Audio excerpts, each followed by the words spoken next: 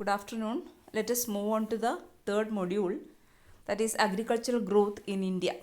Agriculture growth in India, that is the name of the third module. So first let us discuss about the growth of agriculture during the 5-year plans in the country. So we know that we had adopted 5-year plans from the period 1950 onwards.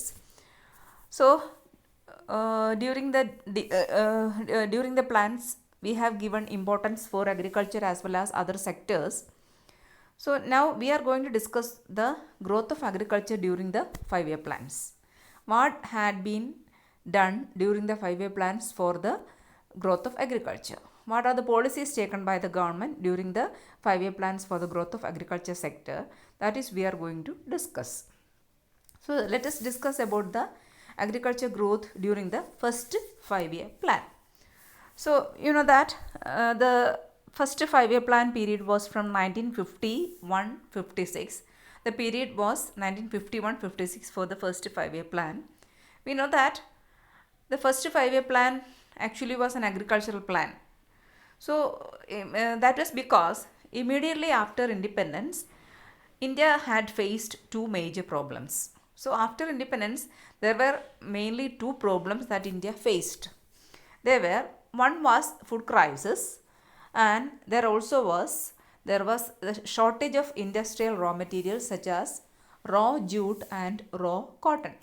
So one major crisis India faced was food crisis, Bhakshishamam, and another was shortage of industrial raw materials like raw jute and raw cotton.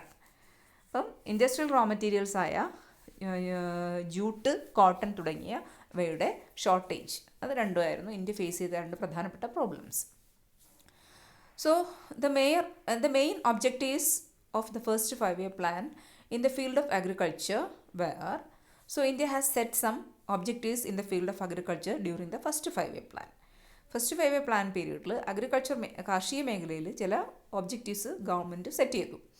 First was to correct the imbalances caused by partition in the supply of food grains and commercial crops. To correct the imbalances. എന്തില്ലാതാക്കുക?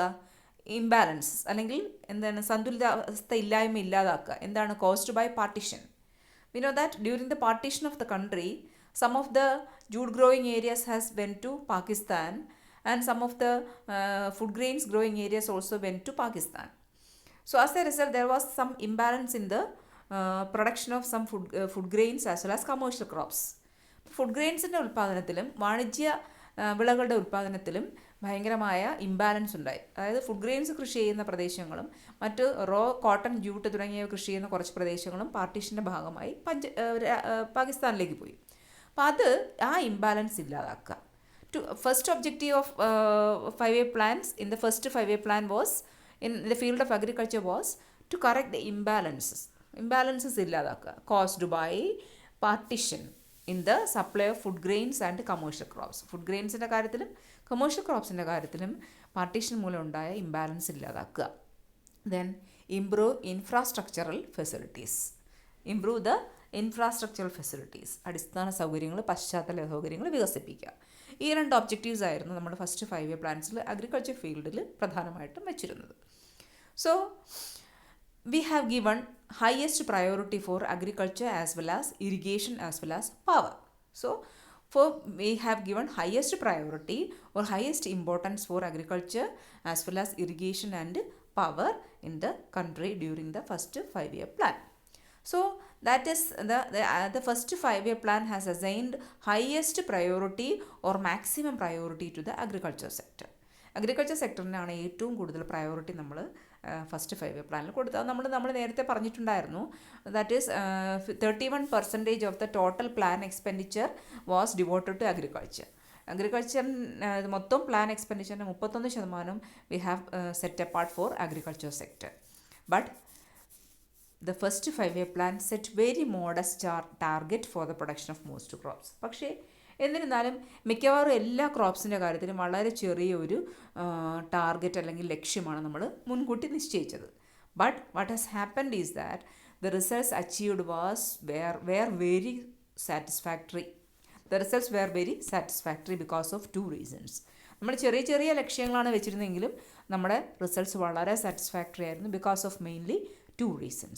2 കാരണങ്ങൾ. ഒന്ന്, favourable weather conditions. The weather condition was very favourable for the country as well as effective implementation of plan programs. The plan programs were effectively implemented as well as there was very favorable climate condition or weather condition for the agriculture sector. So because of these two reasons our performance in the agriculture sector or the results were very satisfactory and the targets were exceeded. The food grains target have exceeded the production, actual production exceeded the target. അപ്പോൾ ടാർഗറ്റിനേക്കാൾ കൂടുതലായിട്ട് food ഗ്രെയിൻസിൻ്റെ production വർദ്ധിച്ചു.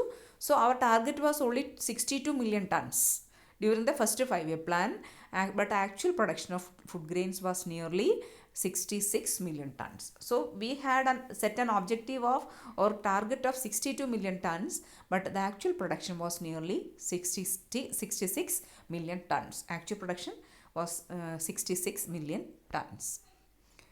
So throughout the country there were so many efforts to spread the agriculture sector, to improve the agriculture sector, and there were so many efforts made by the government to improve the agriculture sector in all parts of the country and to involve every village in the agricultural programs through the community development program. So the government has introduced the community development program.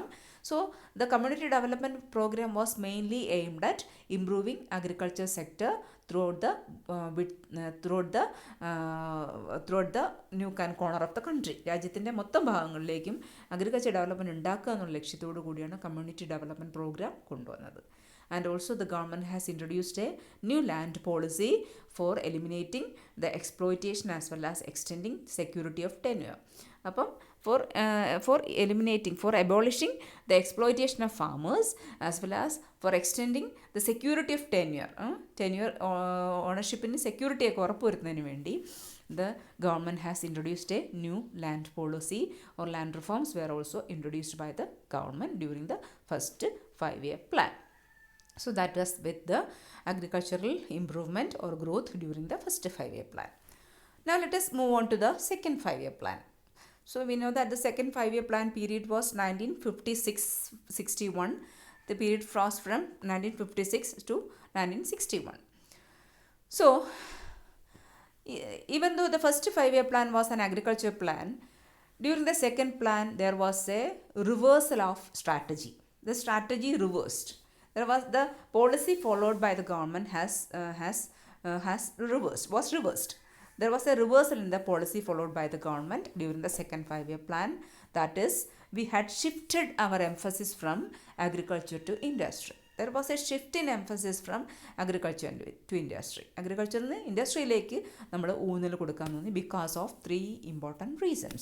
പ്രധാനമായിട്ട് 3 കാരണങ്ങൾ കൊണ്ടാണ് നമ്മൾ ആ ഒരു emphasis മാറ്റിയത്. First എന്ന് പറഞ്ഞാൽ the smooth performance of agriculture sector during the first 5-year plan period. So during the first plan we had seen that it was an agriculture plan, and because of the policies followed by the government, the agriculture sector's performance was very smooth. It was performing very well. വളരെ സ്മൂത്തായിട്ട് function ചെയ്യുകയായിരുന്നു. അതുകൊണ്ട് planners എന്ത് വിചാരിച്ചു, അതങ്ങനെ function ചെയ്തോളും, അതുകൊണ്ട് നമുക്കിനി അതിന് വലിയ പ്രാധാന്യം കൊടുക്കേണ്ടതാണ്. Second, the possibility of financing economic development through foreign aid, particularly food aid.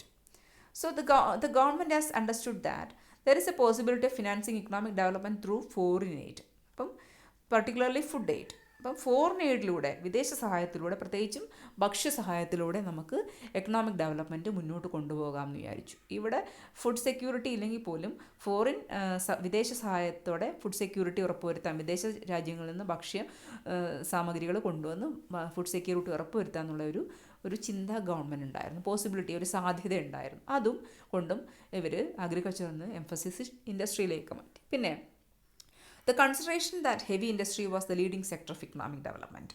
മാത്രമല്ല എക്കണോമിക് ഡെവലപ്മെൻറ്റ് ഉണ്ടാവണമെങ്കിൽ വലിയ വ്യവസായങ്ങൾ ഡെവലപ്പ് ചെയ്താലേ, ഹെവി ഇൻഡസ്ട്രീസ് ഡെവലപ്പ് ചെയ്താലേ എക്കണോമിക് ഡെവലപ്മെൻറ്റ് ഉണ്ടാവുള്ളൂ. ഇങ്ങനെയുള്ള 3 കാരണങ്ങൾ കൊണ്ട്. ഒന്ന്, smooth performance of agriculture sector. പിന്നെ possibility financing economic development through foreign aid, വിദേശ സഹായം കൊണ്ട് എക്കണോമിക് ഡെവലപ്മെൻറ്റ് ഉണ്ടാക്കുക എന്നുള്ളൊരു ചിന്ത. പിന്നെ consideration that heavy industries was necessary for economic development. അപ്പം എക്കണോമിക് ഡെവലപ്മെൻറ്റിൻ്റെ ലീഡിങ് സെക്ടർ ഹെവി ഇൻഡസ്ട്രി ആണെന്നുള്ളൊരു ഒരു പരിഗണനയും. ഈ 3 കാരണങ്ങളുണ്ട് there was A shift in emphasis from agriculture to industry.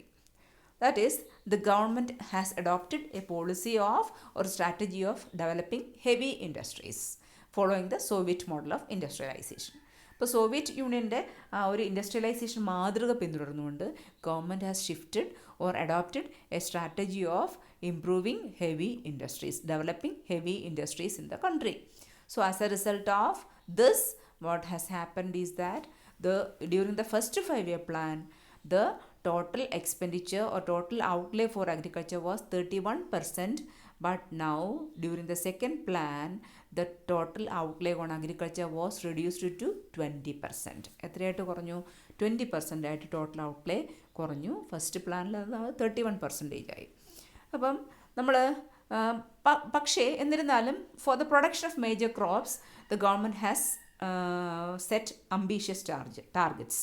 വളരെ വലിയ ടാർഗറ്റ്സാണ് നമ്മൾ ഈ ഫുഡ് പ്രൊഡക്ഷൻ്റെ കാര്യത്തിൽ മേജർ ക്രോപ്സിൻ്റെ കാര്യത്തിൽ പ്രധാനമായിട്ടും ഗവൺമെൻറ് ഈ പ്ലാനിലും സെറ്റ് ചെയ്തിരുന്നു. പക്ഷേ the strategy adopted was wrong.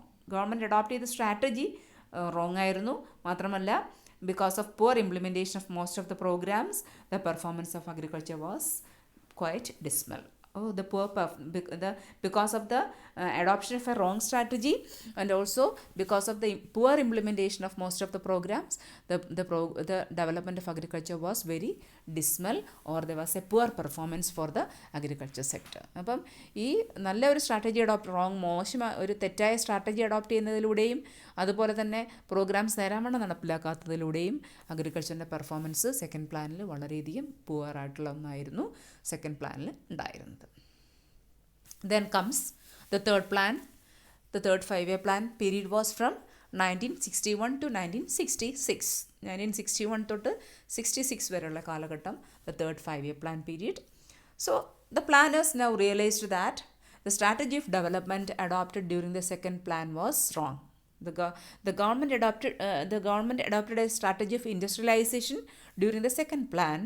Now the government realized that policy was, or that strategy was wrong. So the planners felt that only in an agrarian economy, any setback on the agriculture front will result in disaster for the whole economy. So we know that India was an agrarian economy during that period. So in an agrarian economy, if we do not care for the agriculture sector, or what will happen, there will be a setback or there will be a decline in the agriculture sector, and that will cause disaster for the whole economy. Agrarian economy നമ്മൾ എന്താണ് ശ്രദ്ധിച്ചില്ലെങ്കിൽ അങ്ങനെയുള്ള ഒരു agrarian economy agriculture സെക്ടറിൽ ഉണ്ടാകുന്ന ഒരു setback, ഒരു തിരിച്ചടി, അത് ഹോൾ ഇക്കോണമിയിലും നാശം വിതയ്ക്കുമെന്ന് ആർക്ക് മനസ്സിലായി? പ്ലാനേഴ്സിന് മനസ്സിലായി. That will be disastrous for the whole economy. So during the third 5-year plan, the government made greater allocation for the agriculture sector. അപ്പം ഗവൺമെൻറ് എന്ത് ചെയ്തു? ഈ പ്ലാനിൽ കൂടുതൽ അഗ്രികൾച്ചർ സെക്ടറിന് വേണ്ടി നീക്കിവെച്ചു. It was 1745 crores, which is compared to 950 crores in the second plan. So during the second plan, the government has set up only 950 crores in the second plan for agriculture sector development. But now 1745 crores were earmarked or set apart for the promotion of agricultural sector. But what has happened is that the percentage share of agriculture in total plan outlay remained unchanged at 20. പക്ഷേ second പ്ലാനിലെ പോലെ തന്നെയായിരുന്നു. മൊത്തം agriculture ഡെവലപ്മെൻറ്റിന് വേണ്ടി set ചെയ്ത് നീക്കി വെച്ച മൊത്തം percentage share എന്ന് പറയുന്നത് 20% തന്നെയായിരുന്നു. സെക്കൻഡ് പ്ലാനിൽ 20% തേർഡ് പ്ലാനിലും അത് 20% തന്നെ തുടർന്ന്. ടോട്ടൽ ഔട്ട്ലേ എമൗണ്ടിൽ വ്യത്യാസം വന്നെങ്കിലും ടോട്ടൽ ഔട്ട്ലേ പെർസെൻറ്റേജിൽ ഒരു വ്യത്യാസവും ഉണ്ടായിരുന്നില്ല.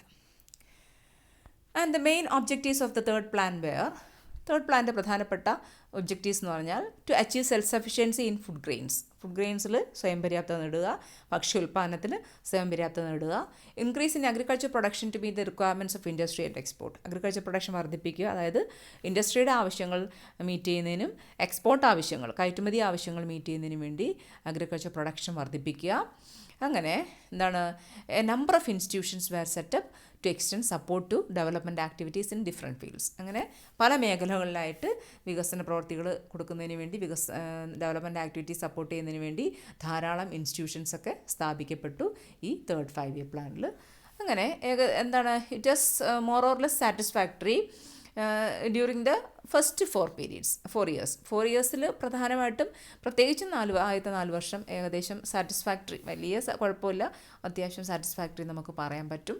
There was A record output of 89 million tons and were achieved in the case of food grains. We have produced food grains to the tune of 89 million tons. 89 million tons കണ്ട് നമ്മൾ ഉൽപ്പന്നം വർദ്ധിപ്പിച്ചു.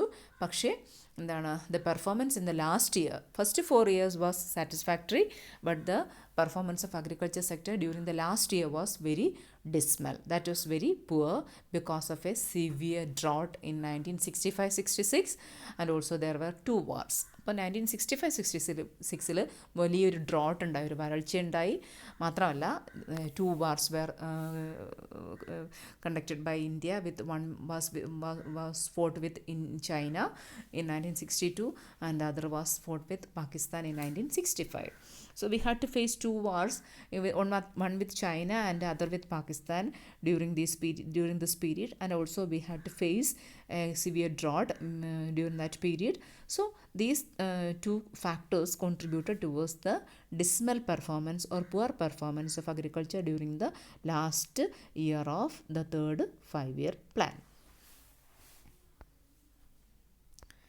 But in 1966-67 we know that there was a new strategy of agricultural development, that is the Green Revolution, and the main objectives of the third of the strategy were high yielding varieties of the program HYVP and the multiple cropping program, that is the which was based on exotic high yielding short duration crop varieties. Multiple cropping program high yielding varieties programs പ്രത്യേകിച്ചും high yielding ആയിട്ടുള്ള short duration, കുറച്ചു കാലം കൊണ്ട് വിളവെടുക്കാൻ പറ്റുന്ന crop varieties ഒക്കെ ഉൾപ്പെടുത്തി നമ്മൾ കൃഷി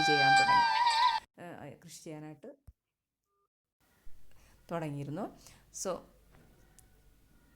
So then the other elements of the strategy were, the main elements of the strategy were high yielding varieties program and the multiple cropping program. So the high yielding varieties program as well as multiple cropping programs were the main components of the Green Revolution strategy. So there were some other elements also for the strategy. ഇത് പോരാതെ ബാക്കി കുറച്ച് എലമെൻസുകളുണ്ടായിരുന്നു. One was the new concepts of irrigation and water management. Irrigation, ജലസേചന ത്തിൻ്റെ കാര്യത്തിലും water management, വെള്ളത്തിൻ്റെ ഉപയോഗത്തിൻ്റെ കാര്യത്തിലും പുതിയ കോൺസെപ്റ്റുകൾ, പുതിയ മാനദണ്ഡങ്ങൾ കൊണ്ടുവന്നു. അഡാപ്റ്റീവ് റിസർച്ച്, ഓരോ കൃഷിക്കും യോജിച്ച രീതിയിലുള്ള റിസർച്ച് ഗവേഷണങ്ങൾ കൊണ്ടുവന്നു.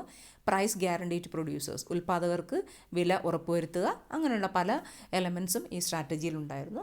പക്ഷേ ഈ സമയത്ത് there was some failure in the agricultural front and the whole planning process received a severe jolt and formulation of the 4th plan was delayed by not less than 3 years. പക്ഷേ ഈ സമയത്ത് agriculture ഫ്രണ്ടിൽ കാർഷിക മേഖലയിൽ ചില പരാജയങ്ങൾ നേരിടുകയും മൊത്തം പ്ലാനിങ് പ്രോസസ്സ് തന്നെ ഒരു വല്ലാത്തൊരു ഘട്ടത്തിലേക്ക് ഒരു മോശമായ ഒരു ഘട്ടത്തിലേക്ക് എത്തിച്ചേരുകയും അങ്ങനെ നമ്മുടെ തേർഡ് 5 ഇയർ പ്ലാൻ്റെ ലാസ്റ്റ് ആയപ്പോഴത്തേക്ക് 4th പ്ലാൻ വൈകുകയും ചെയ്തു. 1966 ആയപ്പോഴത്തേക്കും നമ്മുടെ തേർഡ് പ്ലാൻ കഴിഞ്ഞപ്പോഴത്തേക്കും, പക്ഷേ എന്നിരുന്നാലും ഈ തേർഡ് പ്ലാൻ്റെ ഒരു പരാജയവും അഗ്രികൾച്ചർ സെക്ടറിലുണ്ടായ ഒരു സെറ്റ് ബാക്കും എല്ലാം കാരണം നമ്മുടെ 4th പ്ലാൻ കുറച്ച് വൈകിയാണ് സ്റ്റാർട്ട് ചെയ്തത്. 66-71 വരേണ്ടത് സ്റ്റാർട്ട് ചെയ്ത് തന്നെ 69-74 പീരീഡ് ആയപ്പോഴാണ് നമ്മൾ 4th പ്ലാൻ സ്റ്റാർട്ട് ചെയ്തത്. 69-74 4th പ്ലാൻ വരുന്നത്. So during the 4th plan also we have continued the strategy adopted during the 3rd plan. Third പ്ലാനിൽ നമ്മൾ അഡോപ്റ്റ് ചെയ്ത ന്യൂ അഗ്രികൾച്ചർ സ്ട്രാറ്റജിയുടെ കീഴിൽ അഡോപ്റ്റ് ചെയ്ത പല പ്രോഗ്രാംസും we continue during the 4th plan also.